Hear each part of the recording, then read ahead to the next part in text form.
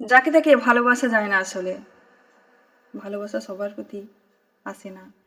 ভালো লাগা, আগ্রহ, মনোযোগ, আসক্ত, ভক্তি, সম্মান এবং মনের মিল, এগুলো থেকেই কারো প্রতি ভালোবাসা আসে। ভালোবাসা হচ্ছে বনিবনার বিষয়। যার সাথে মনের বনিবনা হয় না, তার সাথে ভাব জমে না। কাউকে ভালো না লাগলে তাকে ভালোবাসাও যায় না। যার স্বভাব আচরণ আপনার পছন্দ নয়, যার ব্যক্তিত্ব আপনাকে মুগ্ধ করতে পারেনি, যার কথা বলার ধরন আপনার ভালো লাগেনি, তাকে আপনি কোশ্চিনকালেও ভালোবাসবেন না। ভালোবাসার প্রথম শর্ত হচ্ছে মনের সাথে মনের বনিবনা হতেই হবে। ভালোবাসার বিনিময়ে ভালোবাসা পাওয়ার কোনো নিশ্চয়তা নেই।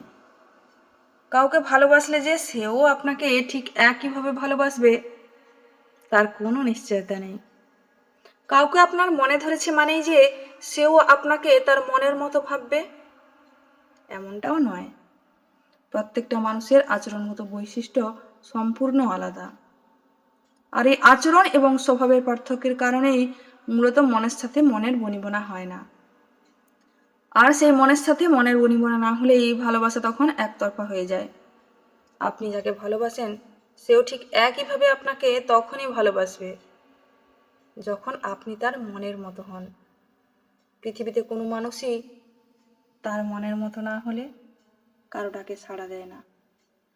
আমরা যারা ভালোবাসা ভিখিরি, আজীবন শুধু ভালোবাসাই চেয়ে এসেছি, তারা সত্যিকার অর্থে কারো মনের মতো হতে পারিনি। যতটুকু ভালোবাসা পেয়েছি বলে বিশ্বাস করেছি সেটা ভালোবাসা নয়, সেটা কেবল ছলনা, সহানুভূতি আর নয়তো দয়া। প্রকৃত ভালোবাসা কখনোই যন্ত্রণা দেয় না।